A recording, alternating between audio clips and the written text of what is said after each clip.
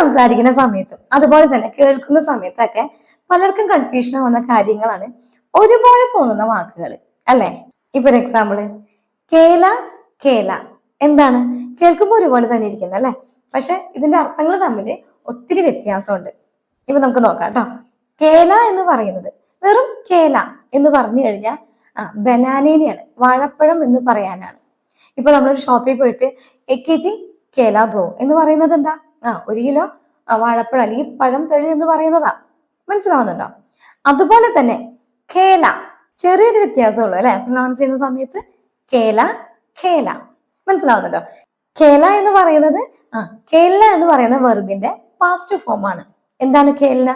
കേല എന്ന് പറഞ്ഞാൽ കളിക്കുക. ക്ലിയർ ആയോ? അതുപോലെ തന്നെയാണ് ഗധ എന്ന് പറയുന്നതും ഗദ്ധ എന്ന് പറയുന്നതും. എന്താ ഡിഫറൻസ്?